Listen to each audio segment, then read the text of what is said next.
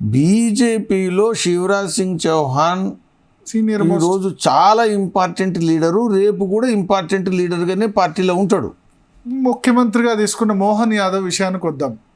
ఎందుకు అనామకుల్ని తీసుకొచ్చి ముఖ్యమంత్రులు చేస్తున్నారు? గుజరాత్ లో కూడా భూపేంద్ర పటేల్ ఒకసారి ఎమ్మెల్యేని తీసుకొచ్చి చేశారు, ఇక్కడ రెండోసారి ఎమ్మెల్యేలు, మూడోసారి నరేంద్ర సింగ్ తోమర్ ఉన్నారు, కైలాష్ విజయవర్గీయ ఉన్నారు, ప్రహ్లాద్ సింగ్ పటేల్ ఉన్నారు. ఇంతమందిని కాకుండా అనామకుల్ని ముఖ్యమంత్రి చేస్తే, లేకపోతే అనామకుల్ని పార్లమెంటరీ బోర్డు మెంబర్ చేస్తే వాళ్ళు మోడీని అమిత్ షాను క్వశ్చన్ చేయరు కాబట్టే చేస్తున్నారు పార్టీలో. ఈ విధంగానే మీ పార్టీ నేతలే అంటారు. ఒక విషయం, నరేంద్ర మోదీ గారిని ముఖ్యమంత్రి చేసినప్పుడు ఎమ్మెల్యే కూడా కాదు. అవును, నరేంద్ర మోదీ గారిని ముఖ్యమంత్రి చేసినప్పుడు గుజరాత్లో మాస్ లీడర్ కాదు, నేషనల్ సెక్రటరీ ఉండదు, జనరల్ సెక్రటరీ కూడా ఉండొచ్చు, కానీ నేపథ్యం లేదు, ఎన్నిక కాలేదు, ఎమ్మెల్యే లేడు ఎప్పుడు. కాబట్టి ఆ విధంగా కూడా అనొచ్చు. ఇప్పుడు పార్టీలో మోహన్ యాదవ్ సడన్గా రాలేదు, చాలా కార్యకర్తగా అనుభవం ఉంది, విపరీతమైనటువంటి సిద్ధాంతపరంగా పనిచేసినటువంటి నేపథ్యం ఉంది. ఏదో కౌన్ కిస్కా ఇవాళ వచ్చిండు మేము చేసేసినాం అనేటువంటిది లేదు. కాబట్టి రేపు ఆయన లీడర్ అవుతాడు, ప్రూవ్ అవుతాడు. ఇప్పుడు రమణ్ సింగ్ గారు ఛత్తీస్గఢ్కు పంపించినప్పుడు పెద్ద నాయకుడు ఏం కాదు. ఇప్పుడు ఆయన కూడా పక్కన పెట్టి స్పీకర్ చేసేసారు. ఏ పక్కకి ఎవరు పెట్టరండి. ఇప్పుడు స్పీకర్ అంటే క్రియాశీల రాజకీయాలు గుర్తుపెట్టుకోండి, స్పీకర్ను క్రియాశీల రాజకీయాల నుంచి కాదు, రేపు రూల్స్ మారుతూ ఉంటాయి. 15 సంవత్సరాలు ముఖ్యమంత్రిగా ఉన్నాడు ఆయన, కాబట్టి అది తక్కువ రోజులు కాదు. ఆయన ఎలక్షన్ ముందు వాడుకున్నారు, వాళ్ళు టైం కాగానే పక్కన పెట్టారు. పక్కకు పెట్టే ప్రసక్తి లేదు. వారు ఇంపార్టెంట్, పాలిటిక్స్లో కూడా చాలా ఇంపార్టెంట్. రాజస్థాన్లో కూడా మీరు పనిచేశారు, లాస్ట్ ఎలక్షన్ రాజస్థానే పనిచేశారు మీరు. వసుంధర రాజేను ముఖ్యమంత్రి చేయాలని ఎమ్మెల్యేలు డిమాండ్ చేసినప్పటికీ భజన్ లాల్ శర్మను ముఖ్యమంత్రి చేశారు. ఫస్ట్ టైం ఎమ్మెల్యే ఇప్పుడు భజన్ లాల్ శర్మ. అందరూ ఆయన ముఖ్యమంత్రి అవుతాడని బహుశా ఆయన కూడా కల్లో ఊహించాడు. అదే విషయం అంటే ఒక విషయం గుర్తుపెట్టుకోండి, అంటే ఒక రాజకీయ పార్టీ కార్యకర్తలు పనిచేస్తున్నప్పుడు నేను ముఖ్యమంత్రిని అవుతానని, లేకపోతే నేను ముఖ్యమంత్రి కావాలని అనుకున్నోన్ని, అడిగినోన్ని, పోరాటం చేసినోన్ని, నినాదం ఇచ్చినోన్ని చేయాలా? అంటే ఇదేం పద్ధతి?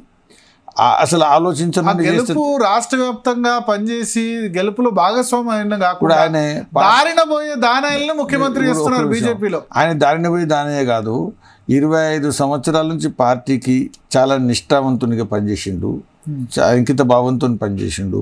ఇవాళ రాష్ట్ర పార్టీకి ఒక జనరల్ సెక్రటరీగా పనిచేసిండు. ఎంతమంది జనరల్ సెక్రటరీలు ఉన్నారండి? ఇప్పుడు ఒక విషయం, మన రాష్ట్రంలో కూడా చాలా మంది జనరల్ సెక్రటరీ ఉన్నారు. మీరు నేషనల్ జనరల్ సెక్రటరీ ఉన్నారు, రాజస్థాన్ మీరు నేషనల్ జనరల్ సెక్రటరీ ఉన్నారు, మిమ్మల్ని ఎంపీ కూడా చేయలే. అక్కడ రాష్ట్రంలో జనరల్ సెక్రటరీని తీసుకొచ్చి ఇప్పుడు ముఖ్యమంత్రి అంటే రాజస్థాన్ పార్టీకి ఉన్న తెలంగాణ పార్టీకి సామాజికంగా బలం దృష్ట్యా కూడా తేడా ఉంటుంది.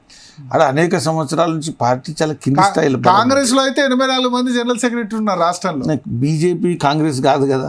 సామాజికంగా ఇతరత్ర ఆలోచిస్తున్నప్పుడు పార్టీ యొక్క భవిష్యత్తు యొక్క దృష్టి అవసరాలను దృష్ట్యా పెట్టుకుని అందరితో మాట్లాడి చేసిండ్లు అని. వసుంధర, రమణ్ సింగ్, శివరాజ్ సింగ్ చౌహాన్ వీళ్ళకంటే పెద్ద కాదని అనామకుల్ని ముఖ్యమంత్రి చేసి ఏం మెసేజ్ పంపుతున్నారు? ఇప్పుడు వీళ్ళే పెద్దోళ్ళు కాబట్టి వీళ్ళే ఊకే పర్మనెంట్గా ముఖ్యమంత్రులు ఉండాలా పోయేంత వరకు అనేది పార్టీ దృక్పథం కాదు కదా. మరి మోడీ కూడా ఇదే విధంగా తప్పుకుంటాడా? రేపు గెలిచిన తర్వాత నాది కాదు వేరే వాళ్ళకని వేరే వాళ్ళకి ఇచ్చేస్తాడా? ఇప్పుడు మోదీ ఎలా తప్పుకుంటాడు, మోదీని గురించి ఎలా అనేటువంటి విషయం పార్టీ అప్పుడు ఆలోచించాలా. ఇప్పుడు ఆ ప్రశ్న లేదు, ఇప్పుడు నడిచినటువంటి ప్రశ్న. అందుకని సడన్ గా వచ్చింది కాదు. నరేంద్ర మోడీ నేతృత్వంలోనే మళ్ళీ మూడోసారి అధికారంలోకి వచ్చింది అనుకుందాం.